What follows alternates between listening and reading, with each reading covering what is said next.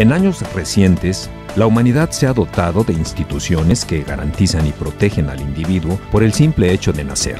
Los derechos humanos, garantizados con el poder y la fuerza de muchas naciones y de organismos internacionales, hoy resultan inherentes a los individuos. En estos tiempos, no es necesario nacer con un tono de piel determinado o bajo el cobijo de cierta religión para que se respete la dignidad de un individuo que es beneficiario de derechos básicos e irrenunciables. Sin embargo, su cabal cumplimiento sigue existiendo solo en un marco teórico. Lamentablemente, los derechos humanos en diversas regiones del mundo han sido sometidos por grupos de interés cuya supremacía se respalda en su poder económico o político, a veces dentro de los límites legales, como en el caso de los sindicatos, a veces fuera de ellos, como sucede con el crimen organizado, poder que llega a superar al de gobiernos, incluso al de potencias económicas, y que otras veces lo encontramos coludido entre esos grupos y políticos con intereses particulares o definitivamente deshonestos. El Estado mexicano enfrenta el reto de cerrar la brecha que existe entre ese marco teórico y la realidad que experimenta buena parte de sus habitantes. De acuerdo a la Corte Interamericana de Derechos Humanos, México atraviesa por una crisis en la materia. Los altos índices de desapariciones forzadas, ejecuciones extrajudiciales y tortura, la aparentemente menos grave, pero cotidiana inseguridad ciudadana, el difícil y tortuoso acceso a la justicia son retos impostergables para el gobierno mexicano. El mismo informe señala que más del 98% de los delitos cometidos en México permanecen en la impunidad.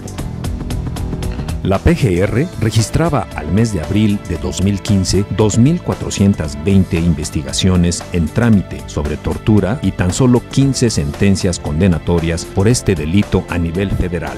La violencia y la impunidad ni siquiera son cabalmente captadas y difundidas por los medios, ya que México es uno de los países más peligrosos del mundo para ejercer el periodismo, de acuerdo a Reporteros Sin Fronteras, en su reporte 2016. Un mal estrechamente relacionado a la impunidad es la corrupción, mal que muy lentamente se va enfrentando en México, con todos los daños y costos que su combate implica. Cuando la lucha de intereses particulares vulnera el Estado de Derecho, la violencia arrecia. Lo vemos de manera clara en aquellas regiones donde las fuerzas militares se encuentran en conflicto con el crimen organizado. Las cifras oficiales evidencian que las desapariciones son generalizadas en México. La respuesta del Estado ha resultado tan limitada que son familiares o activistas sociales quienes asumen la búsqueda de muchos desaparecidos. Para agosto de 2014, de acuerdo a la Procuraduría General de la República, eran 22.300 personas desaparecidas en nuestro país. Un año después, en 2015, esa cifra registraba un incremento de 4.000 casos, según el Registro Nacional de Datos de Personas Extraviadas o Desaparecidas. De acuerdo a cifras proporcionadas por el Observatorio Nacional Ciudadano, una persona fue asesinada cada 28 minutos en México durante 2015, y cada día de ese año se registraron 5 secuestros. Los derechos de personas mayores, niños, gente con capacidades diferentes, indígenas, migrantes, trabajos forzados, equidad de género, considerando sus más amplios alcances, y la trata de personas, también se encuentran lejos del marco normativo. De acuerdo con la Oficina de las Naciones Unidas para el Control de las Drogas y la Prevención del Delito, México es un país de origen, tránsito y destino de la trata de personas en cuestiones de explotación sexual y trabajo forzado. En México se han emprendido importantes reformas constitucionales en materia de derechos humanos a partir del 2011.